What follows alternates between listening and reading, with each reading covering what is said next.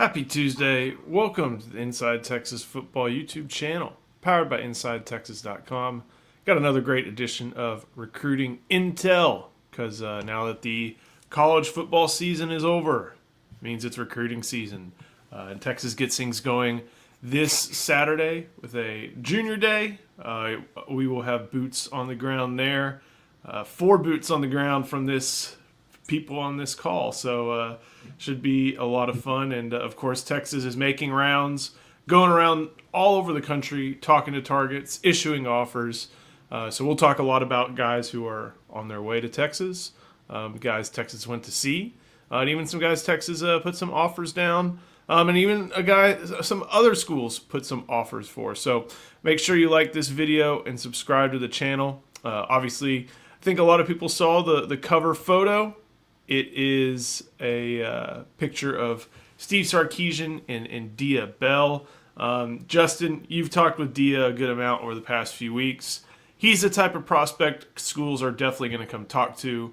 But what's the latest with his status with the Longhorns now that schools like Georgia, Alabama are trying to come after him? And LSU, I think, was the other one. Nothing different.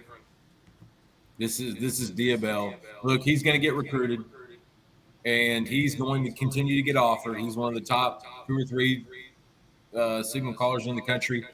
I like it though because it shows just how much value he has. It shows his marketability. It shows his talent. I mean, this guy's coming off of an injury, and so he had to skip his junior year of basketball this year and playing with his brother. But that hasn't stopped other schools from coming to see him, not just offering, but coming to see him. That's going to continue. But when it comes to quarterbacks and Steve Sarkisian, I feel pretty good. And Charlie, it's one of those things where quarterbacks seem a little bit more solid, I guess to say, than others because they know that they're ringleaders for their class. They have to bring guys in, and that seems to be the case with Bell, who's between him and who I can't even remember who the other maybe 2026 option was that they were going after. I know they recruited Curtis, but didn't get a ton of traction with him. Basically, Texas only showed interest in Bell after a certain point, and I think Dia is reciprocating that commitment as well. It sounds like. Yeah, definitely. I think Sark has his guys kind of lined up in a row there, man. I mean, he knows what he's looking for. He's looking for a quarterback. When he identifies a guy as the kid he wants to run his offense, that's where he hones in on it. And he got a commitment early from Bell. I think that's huge because you can start building on that class now. And so Bell's a mature kid for his age. He knows what he wants to do and how he wants to build. And he sees Texas in the direction they're going. And look at the pipeline. Look what he did with Quinn Ewers. You got Arch Manning coming up. You still got Trey. Then you got KJ Lacey. So you see the path, right? You see the path of success, and Sark has a ton of great history of developing quarterbacks. I think the kid and the family sees that. We'll keep going. Dia will be there this Saturday in Austin, or at least plans to, weather permitting. Woke up to snow in my front yard, which I'm not used to here in the city of Austin. I know Dallas and even East Texas has gotten it. I know it's a winter wonderland if you saw that picture on in Bourbon Street. But what are, guys, Charlie, just to kind of start from the top, what are some of the things that Texas is able to present on a junior day, especially after the season they just had? Well, first thing you're going to post is the 2 trophies for the playoff wins, right? Hey, we not only did we host the playoff game, we won 2 rounds of the playoffs and got trophies for both of those. And right there on the cusp of getting to that next level, which is getting to the national championship game. So you can present that first year in the SEC success, beating a lot of top teams, especially if you play defense. You can talk about where your defense was pretty much ranked number 1 the entire season, right? You can talk about the success of running backs. You got Travion Wisner. You consider the backup option. You still rush for over 1,000 yards, right? You got a guy, Matthew Golden, who came in 1 year. Now you got almost 1,000 yards receiving. So you got so much to talk about the success you had on the field. But then if you want to talk about off the field, especially to the parents, talk about the team GPA, right? It was high. They set records this season, so off the field as well. So you got so much to talk about to recruits and parents that you can show off. And you got hardware as well. Justin, you've been adding new names, and obviously you can go to Inside Texas. We've got those names over and over. New ones we add basically every time there's a update. And You know, there's a good contingent from in-state, good contingent from out of state, but this is an opportunity for Sark and company to really make sure they put a good message forward to the 2026 class. Yeah, you want to you want to hold junior days after you've just signed the number one class before that cycle, and you just went through another playoff run for the second consecutive year. Junior days are going to be these are easier for Texas coaches now, and I like that because they've got a ton of momentum right now. It reminds me of 2006 class and Miami, not Miami. I'm sorry, I'm hearing that. It reminds me of Mac Brown in 2006 coming off the national championship, and they recruited incredibly well. It was like cherry picking that cycle. I think Texas is going to be like that this class. I think they're going to cherry pick all that success they had through the 2024 season. There were tons of this class of 2026 that were involved, and I got to tell you, it's going to be fun to follow that. Does this seem like a regular size junior day? It's not a super massive one. It's not an elite one. It seems a little smaller. It seems a little more intimate, which leads me to believe there's going to be two of them. But if that's the case, this first group is group one. You got your main dogs, not just Diabell and Chris Stewart. You've got Javian Osborne. You've got probably John Turntine, Jamian Winfield, Felix Ojo, Naheem Burrows, Jabari Mack. Texas loves that kid out of New Orleans. That's probably their top out-of-state guy. And then you've got some 27s that are kicking it as well. And so it's a little more intimate, I feel like. I don't think – usually we would see 40 or 50 kids. It looks like that's going to be cut in half. And here's the thing. They don't have to bring in 40 or 50 kids. When he took the job, yeah, you got to bring in a lot of them. That second year, yeah, you got to bring in a lot of them. All that does is stress the staff, and it actually can hurt you more than it can help you. Because if you don't give certain prospects the right amount of time, you're going to think they're being neglected. And so I think it's a more intimate list. It's a lot smaller, and I think that's strategic. I think they're trying to make sure that they can set the perfect foundation for these 2026 kids. There's going to be some kids that show up on Saturday that want to commit that day. And so Sark's going to have to kind of measure that. And I think with it being a smaller group, that's going to be easier to do. Charlie, one of the, all these position groups are going to be very important. And I know that at this point, when we talk about recruiting, people automatically think like, well, where are the defensive linemen? And yeah, that's applicable, but this is class of 2026. Like these are players that will be, suiting up for Texas in the or anywhere in the 2026 season. Yeah. But it and a little bit of that holds true with the offensive line, but they are bringing some tremendous offensive line talent, including some guys that Texas stopped by to see this week and today, especially. Yeah, definitely. And if you go to IT, you can read it's up about Zayden Crimpin, top prospect out of Prosper, Texas. Coach Sark, Coach Flood, and Coach Gilbert stopped by to see him. So he's a priority, and he'll be in Texas. He'll be at Austin this weekend. But you're bringing in some big guys, right? I know you signed with 5 in this 2025 class, but this 2026 class is loaded with a lot of top prospects, and you got a lot of guys who can play tackle or play swinging guard or play all 5 spots, right? And they're very, very versatile. And so it's going to be good to get those guys on campus and get them together, right? Maybe they can see themselves playing together, on their own line and start building that relationship, start building that bond now. I think it's huge to get them on campus at elite. I call it an elite junior day, especially since it's such a small list. Remember in 2022 when they brought in all the offensive linemen and basically put them in a room and said, okay, who wants to block for Arch Manning? And a bunch of them stood up. And so it's going to be similar. Bring Diabell in. Say, all right, who's going to get Diabell's blind side? Okay, Don Turntine, you got that. All right, who's the rest? All right, fill in the blanks. It's going to be a lot of different tackles in there. John Turntine, Max Wright, who they checked in on, and then Justin. They even have. Correct me if I'm wrong if he's not a tackle, but Nick Robertson from the Klein area. He's a guard, 6'3", about 330. He's definitely an interior guy. I caught up with him a little bit over the weekend. He's going to be in this weekend. I think Texas is in a fantastic spot with that kid. Do they take him right now? That remains to be seen. That's kind of something we're working on. But it's the horns against the field for that kid right now. And he's one of their top interior guys. And this is a class where they're going to have to sign at least 3, maybe even 4 offensive tackles. The state just didn't have any last year. This class has too many.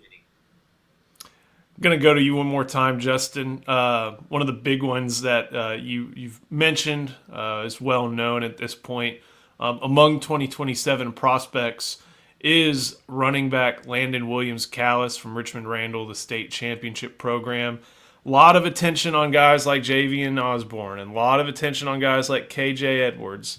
But Landon Williams-Callis is someone that's already gaining a lot of attention in the recruiting world because of his play on the field for a state champion team. Absolutely. Now, that's a kid that's been getting offers. He had 20-something offers his freshman year.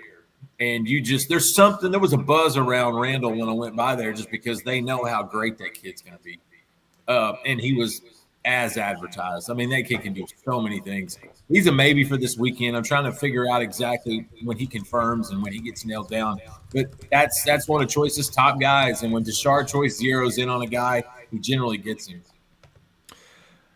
Charlie, you got some updates from the Houston area earlier today. The Longhorns offered a Galena Park North Shore cornerback, not Tevin Sanchez, already on his way to Ohio State, but Chase Calicut. Chase Calicut, 2026. Yeah. Defensive back, very versatile. Terry Joseph went by to go see him, and he's on his way. He'll be on his way to Texas this weekend. What's the latest? And what does he bring to the table as a player? Yeah. Talk about a big, versatile defensive back. This kid's almost 6'3", long arms, can run. He can cover as a corner.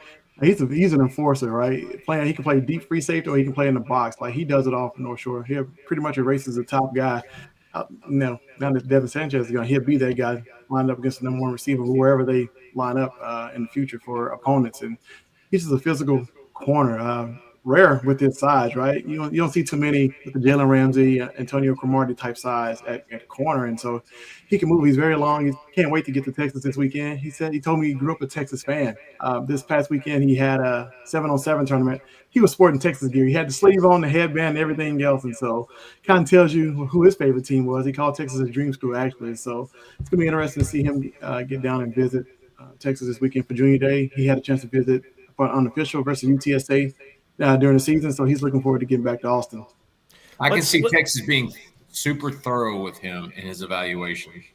Yeah. Let's say you're someone like Calicut, who you mentioned. He saw the UTSA game, and when let's say you're Terry Joseph, you're on the sidelines, and who would have been? Oh, okay. I don't think he was there for that game, but like someone like Cade Phillips is there. You got to talk to Cade Phillips. You got to do that. You got to get ready for your game. And then you say hi to someone like Chase Calicut, but you may not be able to spend much time with him. This, Charlie, seems like an opportunity to really start building relationships for coaches, even though the players may have some familiarity with the campus, with the program, things like that. Yeah, definitely. I think it started when you actually going by the school. Sometimes you get to sit in those coaches' office and pick a kid's brain, get to know him, see what he's about, size him up a little bit, and say, okay, yeah, I like this kid. Come down to Junior Day. And he went ahead and offered him while I met him. But, on this elite Junior Day, having him there, you get a chance to take him through the program, show him everything you have to offer, right? This is how we coach. This is our scheme. You'll be able to break it down, have some one-on-one time, I'm sure. I know you had a lot of kids to kind of pass through, but they can identify the type guys they want. And those guys probably get a little bit of a different tour than some. It happens. Right, and those guys you usually see in Coach Sark's office as well. But he'll get a chance to kind of just see what the program has to offer, and coaches can actually, hey, this is how I coach. This is my coaching style, and so it'll be good just kind of get him on campus. We'll go a little bit more into what else to expect from Junior Day, but before we do that, make sure you show some love to our sponsor. That is Game Time.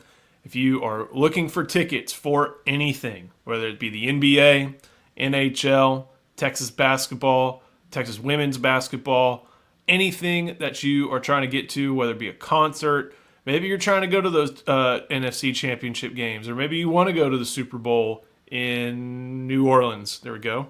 Go to Game Time. You can spend your pretty penny there. And once you do, you will see the all-in price. You won't be surprised by fees, and you will be knowing how much money you're spending when you add that ticket to cart. So do that. You'll be able to tell what the view from your seat is like, and it is the easiest way to buy and sell tickets. Go to the Game Time app. Go to gametime.co.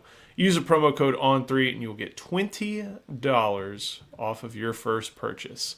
Promo code ON3 for Game Time and gametime.co. And Justin, what time is it? Game. Time. Oh, man. Going to go through a few different questions. Some of them recruiting related, some of them not. Ohio State and Notre Dame players are now in a 5-day portal entry window, right? Are there any we are targeting? Some players already entered the portal, like Devin Brown, who stayed with Ohio State through their playoff run, signed with Cal today. I'm sure players have the opportunity to leave if they so chose. But right now, between anybody at at Ohio State and Notre Dame, Justin, there's no one to really know at this juncture. Yeah, I'll tell you this. Texas isn't particularly looking for one player. But if a defensive lineman from either one of those teams were to hit the portal, I think Texas would reach out immediately. If one of those freakish wide receivers from Columbus were to somehow stumble into the portal, I feel like Texas would probably kick the tires on those as well. But right now, there's not a particular player we're looking at. I was actually talking to a couple of people. One guy with Ohio State said that they don't anticipate losing a lot of guys because they're losing so many off the roster already. And so for them, retention is going to be a really big deal. And then at Notre Dame, I think they're expecting a handful of guys to take off at Notre Dame. It's a young team, and there's a lot of those guys that aren't playing as much. And so nobody specific for Texas, but always BPA. If there's a best player available that pops out that can help the roster, Sark will make a run. Yeah, we don't even need to talk about Jeremiah Smith leaving. They're going to pay him whatever dollar figure that he wants for the next 2 years before the NFL takes him within the top three. So that is I don't like saying pipe dream, but that is a pipe dream. It was funny. Bud Elliott tweeted last night, if Jeremiah Smith gets a little bit better incrementally over the next 2 seasons in college, is he the best football player on the planet, including the NFL? And I almost replied with a Bud. No, man. Jeremiah Smith's a freak, and he's really good at college football. But we get way out in front of our skis sometimes, guys. No, he wouldn't even be a top 5 receiver in the NFL when he gets drafted. Let's just temper it a little bit and enjoy what we're seeing. As long as there's a quarterback wearing number 15 in Kansas City, that title of best player, or number 8 in Baltimore, that title of best. Number 17 in Buffalo is trying to push that number 8 out. So we got 3 right there. So yeah. Go and ahead. Jamar Chase just hit the Triple Crown. Exactly. He just led the league in receptions, touchdowns, and yards. Yeah. For a team that didn't make the playoffs. And Joe Burrow had a career year. Anyways, Jeremiah Smith, not happening. Yeah. MJF, we'll steer it back with another one of your questions. And Charlie, this will be a good one for you. How often do coaching staffs use Zoom or Teams to get virtual FaceTime with recruits and their parents? Obviously, this was pretty common during COVID, but now it's a lot easier to get to places. Even so, I'll have to find it. I think Will Gallagher has a bunch of pictures of Sark on the 50-yard line FaceTiming somebody. So they do that, but what are some other ways that they may get in front of these recruits and their families in a virtual way? Yeah. Some teams still use Zoom. Some of them use FaceTime, as much as the NCAA will allow. But I guess with FaceTime or any apps like Telegram and all that, I guess it can be tracked. So they may do it a little more often than most people know. But anytime you can get FaceTime with a kid or a family, I think it's huge. I think you see it really pick up around this time, especially. Well, it used to be, right, when you're trying to get kids to sign by second signing day, which is in February. But it's really not that big anymore because most kids sign in December. But But anytime you can get on a call with the kid via FaceTime, talk to him or his family, I think is key. You see it sometimes when coaches are out visiting. Say a kid's not in school and they're going by to visit the school, or a coach, they want to talk to a kid, they use the coach's phone to talk, to say, hey, can you FaceTime this kid or bring him down to the office, right? And they may offer him via FaceTime. So stuff like that, if you can't reach a kid you really, really want, but it doesn't happen as much ever since COVID went away. It's kind of just like the new phone call. Like, that's how they talk on the phone. Yeah. And, thanks to our friends at Apple, or whatever phone you want to use, you can do that really, really easy. And I think Retired Working Man makes a point. Like, you have to get him in person. And that's what we always say. Like, unless it's a very obvious NIL-centric situation, Justin, like, you can usually follow the visits to figure out who the finalists are. Because we usually figure out in June who Texas competition is for certain recruits based off of where else they have on their travel itinerary. Generally. And it gives us also an idea, because Texas doesn't just bring in everybody for an official visit. It's actually the summer is just another evaluation period for them. A lot of programs start stacking their class during and after those official visits in that June, July window.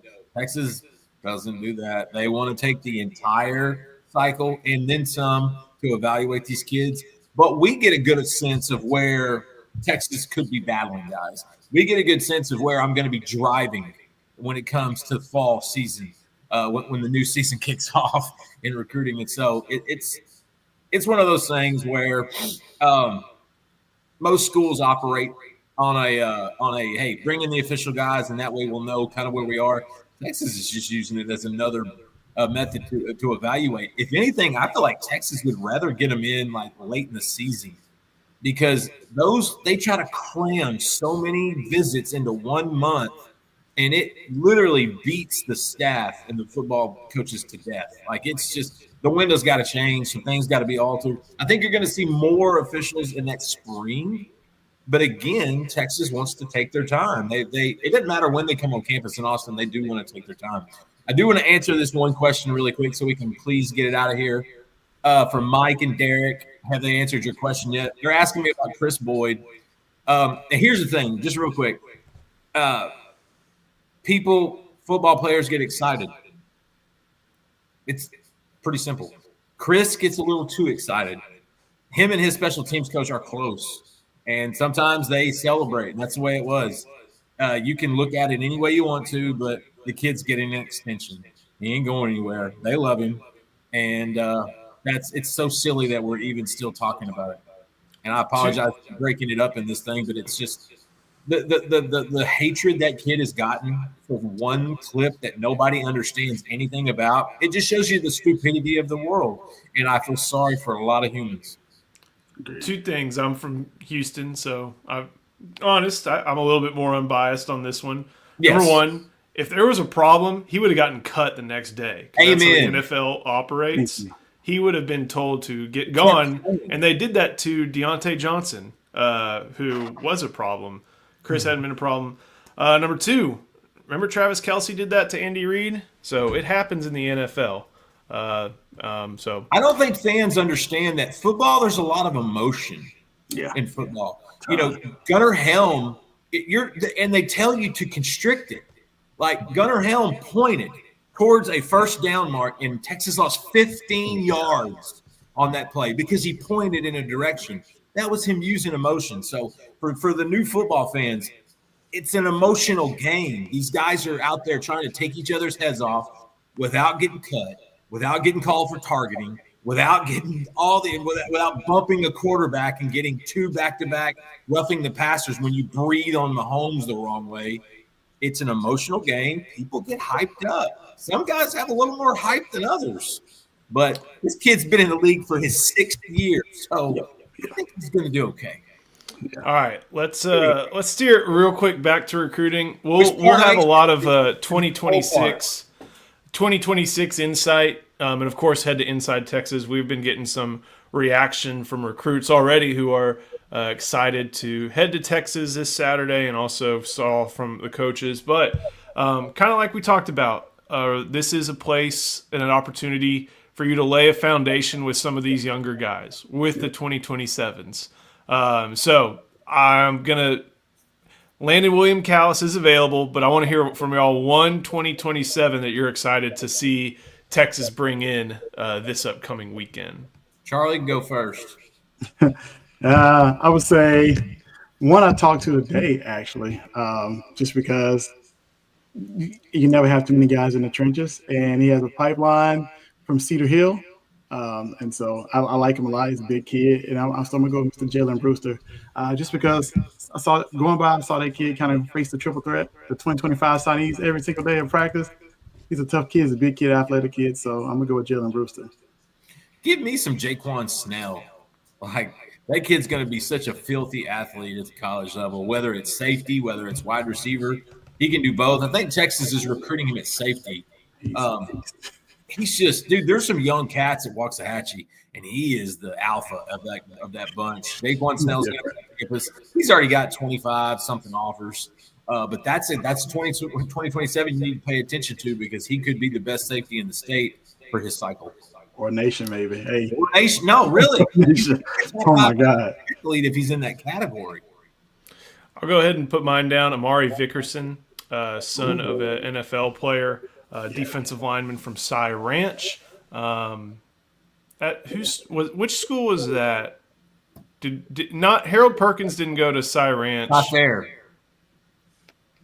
Either way, Amari Vickerson, dad was an NFL player. Dad was a coach at Michigan State, I think under Mel Tucker before he made some bad phone calls. A growing player. I remember meeting him at a junior day last year and thinking, like, okay, if this is a 2027 kid who already looks this big, he's on his way and it's got a good pedigree. So excited to see what he is able to offer.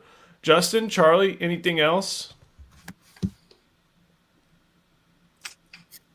I guess. There's a lot going on in Inside Texas right now. The portal has obviously gotten quiet. We've got some team updates, but the truth is recruiting is what's firing off. And listen, Saturday's going to be a big day, and we're going to continue to update that list. We put out a new list today. Charlie's already talked to like 17 kids. And so we're going to keep churning out the content. Recruiting never stops. Let's get a good idea of who Texas really, really considers a priority in 2026. And that's kind of what we're looking forward coming out of this June day. We hope to answer all those questions.